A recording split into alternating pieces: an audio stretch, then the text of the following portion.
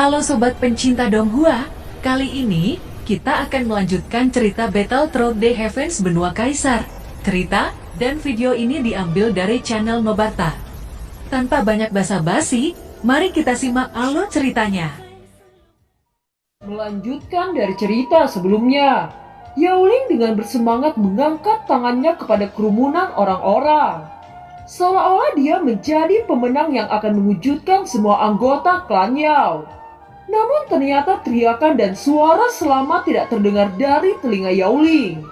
Mata semua orang tertuju pada rune lantai 3 kuil hati yang tidak menyala untuk waktu yang lama. Dan saat ini rune itu yang berada paling kiri samar-samar menyala meskipun lemah.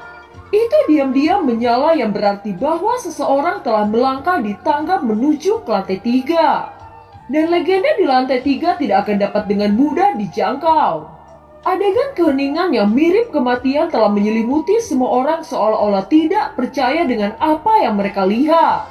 Yao Ling berbalik mengikuti mata semua orang yang pada saat ini titik cahaya lemah di rune lantai 3 semakin terang. Seketika tubuhnya menjadi kaku. Bagaimana itu mungkin? Ucap Yao Ling seolah-olah dia tersambar petir karena keterkejutannya. Dia telah berulang kali berlatih ribuan tahun hanya untuk kalah dari Xiaoyan yang telah datang ke daratan Dou beberapa dekade yang lalu. Perasaan frustasi membuat tubuhnya bergetar hebat dan matanya menjadi gelap. Kerumunan diam-diam menatap ke Yao Ling yang penuh dengan belas kasihan dan penyesalan. 3 tetua melintas untuk mendukung Yao Ling yang jatuh. Dengan cepat mengeluarkan pil dan menuangkan ke mulutnya. Xiaoyan, saya tidak tahu metode apa yang Anda gunakan untuk masuk ke dalam kuil hati begitu lama. Tetapi ketika Anda melangkah ke lantai 3, Anda pasti akan mati. Pada saat itulah saya bisa dianggap menang. Hahaha, ucap Yao Ling dengan penuh kebencian. Xiaoyan, anak itu tidak sederhana. Dia bisa bertahan 3 bulan meski ini adalah pertama kalinya dia memasuki kuil hati. Ini sesuatu yang belum pernah terjadi di klan Yao saya. Sekarang sudah jelas bahwa tes ini adalah kemenangan Xiaoyan. Saya harus menghentikannya sebelum dia memasuki lantai 3. Ucap patriark Yao Tian. Jika kepala klan segera masuk untuk mencegah Xiaoyan memasuki lantai 3, mungkin waktunya sudah terlambat. Patriark tidak boleh melanggar peraturan. Mereka yang bertanya di kuil hati harus mengandalkan kekuatan mereka sendiri dan di luar tidak boleh ikut campur. Selain itu ujiannya adalah tentang Yao Ling dan Xiaoyan. Sebelum mencapai hasil akhir, tidak ada yang bisa mengatakan bahwa pemenangnya telah diputuskan. Ucap penatua ketiga. Anda juga melihat bahwa kemampuan Xiaoyan jelas bagi semua orang. Semakin potensinya tidak terbatas, semakin bermanfaat bagi alkemis saya. Terlebih lagi tes ini hanyalah perbandingan dari generasi muda. Sekarang kemenangan sudah ada dalam pikiran semua orang. Sebagai penatua ketiga klan Yao, mengapa Anda harus memiliki masalah dengan generasi yang lebih muda? Mungkinkah para penatua senang melihat kematian murid saya di lantai 3? Ucap patriark klan sangat marah. Saya percaya bahwa ujian ini adalah masalah mereka berdua. Karena Xiaoyan harus bersikeras pada dirinya sendiri. Saya hanya berpikir bahwa aturan tidak boleh dilanggar. Ucap penatua ketiga. Kemarahan patriark klan lebih meluap-luap. Semua orang merasa sangat tegang karena suasana di tempat ini. Dengan ekspresi marah, patriark Yao Tian mendengus dingin dan segera bergegas menuju pintu kuil hati. Akan tetapi tiba-tiba terdengar suara Zeni yang menghentikannya. Saya bertanya kepada patriark, apakah ada perbedaan lain di lantai 3 kecuali bahwa kekuatan jiwa jauh lebih kuat daripada lantai 2? Dan membutuhkan level apa supaya memenuhi syarat untuk mencapai level ketiga? Tanya Zeni. Ini, masalah jejak jiwa adalah keraguan atau simbol kuat ketika orang kuat meninggalkan dunia ini. Hampir tidak ada yang berani untuk mencapai lantai 3. Itu karena serangan baliknya akan sangat merusak jiwa seseorang jika seseorang gagal menjawabnya. Hanya kekuatan jiwa keadaan Dou di tahap puncak untuk bisa memenuhi syarat. Ucap patriark Yao Tian dengan senyum pahit. Mendengar ini ekspresi Zenny berubah menjadi jelek. Terakhir kali Xiaoyan memasuki kuil hati, dia hanyalah keadaan jiwa Dodi tahap menengah. Bagaimana Zenny tidak panik setelah mendengar bahwa syarat untuk bisa memenuhi lantai 3 adalah keadaan jiwa Dodi tahap puncak. Jelas mereka tidak menyadari bahwa Xiaoyan yang berada di kuil hati sudah mencapai tahapan itu. Scene berganti ke dalam kuil hati. Saat ini Xiaoyan yang memasuki lantai 3, dia melihat sekelilingnya dan menemukan bahwa lantai 3 lebih kecil dari lantai 2. Menurut penjelasan guru, di lantai ini terdapat Dodi bintang 8 yang merupakan seorang eksistensi puncak dunia. Gumam Xiaoyan. Xiaoyan mengambil nafas dalam-dalam dan perlahan-lahan mulai melangkah maju. Tidak lama kemudian Xiaoyan melihat jejak jiwa yang terang seperti bintang-bintang di kejauhan. Jejak jiwa di lantai 3 ditinggalkan oleh mereka yang kuat di puncak dunia. Tentu saja Xiaoyan harus berhati-hati. Jejak jiwa itu terus berubah antara terang dan gelap karena perubahan emosi. Jejak jiwa ini terlihat sangat tidak stabil dan dapat menjadi kekerasan kapan saja. Xiaoyan yang melihat lusinan jejak jiwa di udara, ekspresinya dipenuhi dengan kepahitan. Ini jauh lebih sulit dari apa yang dibayangkan. Xiaoyan terus memulatkan tekad dan dia berhenti di jejak jiwa yang berbentuk bintang. Segera dia membungkus dengan kekuatan jiwa. Xiaoyan sangat terkejut menemukan bahwa jalan di sekitarnya mulai menghilang seolah-olah dia dipindahkan ke ruang dimensi. Setelah beberapa saat suara tua terdengar di kepalanya dan suara itu menembus kedalaman jiwa Xiaoyan. Sesosok seperti batu giok muncul di depan Xiaoyan memegang kecapi dan duduk di kepala naga. Melihat sosok di depannya, Xiaoyan meneteskan keringat dingin di dahinya. Apakah ini Kaisar Bintang 8? Sungguh tekanan yang mengerikan. Gumam Xiaoyan. Sosok itu perlahan-lahan memainkan 18 senar kecapi yang mengandung kekuatan magis. Kekuatan magis meresap di kedalaman jiwa Xiaoyan membuatnya terlarut dalam keadaan misterius. Tubuh dan pikiran Xiaoyan tiba-tiba jatuh ke lembah tak berujung. Xiaoyan yang sadar bahwa ini hanyalah ilusi, dia segera menekan kekuatan jiwanya dan terbangun dari keadaan ilusi. Dia melihat sosok itu hanya memainkan kecapi dan terlarut oleh nada.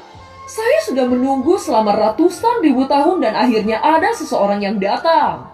Saya tidak ingin bahwa saya akan dilupakan. Tetapi orang yang bisa berbagi takdir dengan saya harus mampu bertahan dari serangan jiwa saya. Ucap sosok itu. Setelah kata-kata itu jatuh, sosok itu memainkan kecapi dan kekuatan jiwa yang agung meresap ke dalam jiwa Xiaoyan. Xiaoyan merasa jiwanya ditabrak ribuan gunung dan merasakan rasa sakit yang hebat. Xiaoyan mengerti bahwa dia harus bertahan sampai suara kecapi itu berhenti. Kecapi itu terus dimainkan dan darah terus mengalir di tubuh Xiaoyan. Ketika memasuki jiwa Xiaoyan, sosok itu sedikit terkejut. Dia berkata, Dodi bintang 4 dengan keadaan jiwa Dodi tahap puncak. Harus dikatakan bahwa orang ini sebenarnya tidak sederhana. Ini tidak pernah terjadi di benua Dodi ini. Ucap sosok itu ada sedikit kekaguman. Sesosok itu tiba-tiba tertawa histeris ke langit saat berkata lagi, hahaha, akhirnya orang yang mempunyai takdir denganku muncul. Ucap sosok itu. Segera sosok itu memainkan lagu dan Xiaoyan yang dipenuhi darah mulai berangsur-angsur pulih. Xiaoyan yang terkejut melihat luka-lukanya pulih dengan begitu cepat. Sepertinya kecapi itu memiliki sikap penyerangan dan penyembuhan. Sungguh kemampuan yang mengerikan. Jika sosok itu tidak menghentikan kecapi itu, mungkin jiwaku mulai runtuh. Gumam Xiaoyan. Setelah berhenti memainkan kecapi, sosok itu melayang di udara dan menatap Xiaoyan saat berkata, sejak bertahun-tahun saya berada di sini dan menunggu seseorang yang mengaktifkan tanda jiwaku. Tetapi bagaimana bisa Dodi bintang rendah mengaktifkan jejak jiwaku? Oleh karena itu saya memberi penindasan yang kuat dan ingin melihat apakah Dodi bintang rendah ini benar-benar dapat menahan serangan jiwaku. Ucap sosok itu. Apakah Anda berpikir bahwa saya tidak bisa menyelesaikan keraguan Anda?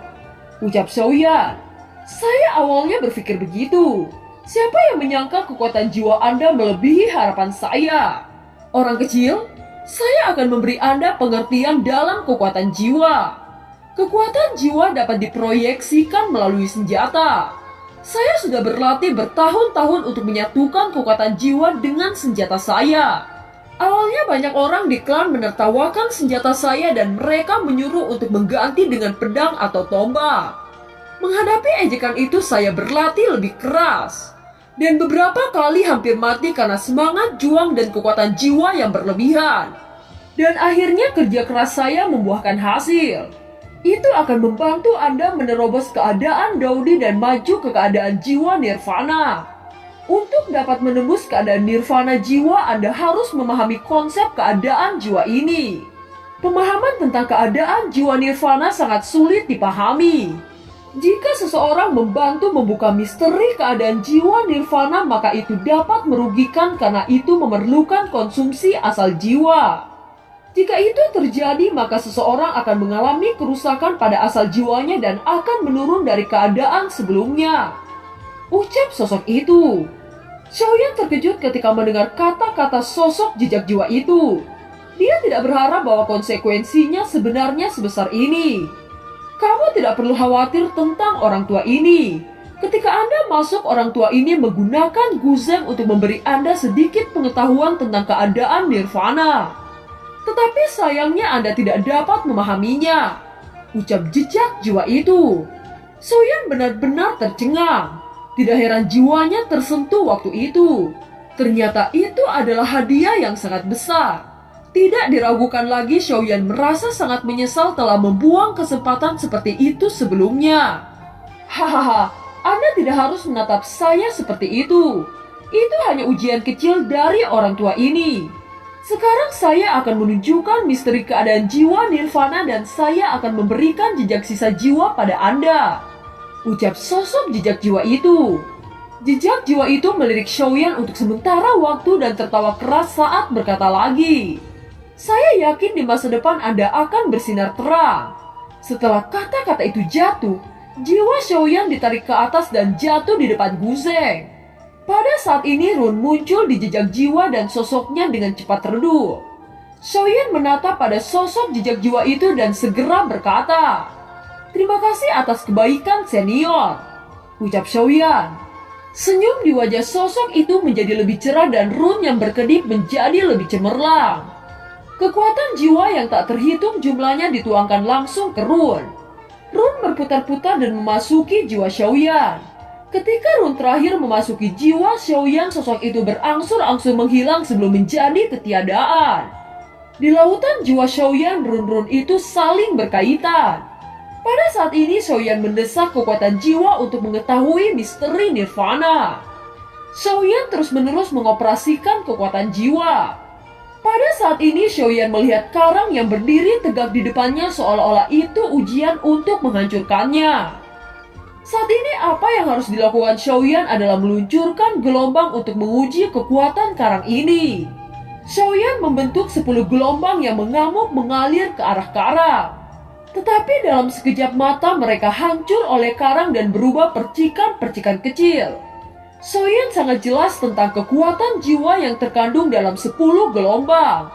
Tetapi meskipun begitu dia masih tidak bisa mengguncang karang itu. Saya tidak percaya bahwa saya tidak bisa menghancurkan Anda. Ucap Xiaoyan segera kekuatan jiwa yang agung membentuk ratusan ribu gelombang raksasa. Itu bergegas menuju karang. Namun meskipun kekuatan jiwa Xiaoyan membentuk ribuan gelombang, mereka masih gagal menghancurkan karang. Tiba-tiba suara Tua Zanlao terdengar. "Bocah bodoh, Anda mengerti bahwa ini adalah perubahan dari dua alam. Ketika Anda mencapai alam di atas Daudi, kekuatan jiwa dikompresi tanpa henti dan menjadi kuat. Itu artinya semakin kuat kontrolnya maka semakin murni kekuatan jiwa. Tetapi saya tidak bisa menggambarkan kemampuan ini dengan kata-kata. Anda hanya dapat menyadarinya sendiri," ucap Zanlao. Ternyata semakin kuat kontrol, semakin murni kekuatan jiwa terkompresi. Semakin murni kekuatan jiwa, semakin cepat kontrol dapat diberikan. Ucap Xiaoyan sedikit mengerti. Tampaknya kuncinya adalah kontrol. Semakin kuat kontrol, maka kekuatan jiwa akan terkompresi. Mata Xiaoyan sedikit menyipit. Senyum muncul di sudut mulutnya. Setelah sedikit pemahaman, pintu yang tampaknya terbuka masih diselimuti asap. Dan Xiaoyan tahu betapa sulitnya bagi kekuatan jiwa untuk menerobos. Pada saat ini Xiaoyan tiba-tiba memikirkan keterampilan jiwa kemarahan ilahi musim semi kuning. Segera dia tiba-tiba menemukan bahwa ada hubungan antara keduanya. Apakah ini suatu kebetulan? Atau apakah teknik bertarung jiwa ini awalnya merupakan teknik bertarung tingkat nirvana? Ucap Xiaoyan. Selanjutnya Xiaoyan terus melatih kemarahan ilahi musim semi kuning untuk mewujudkan kontrol yang sempurna.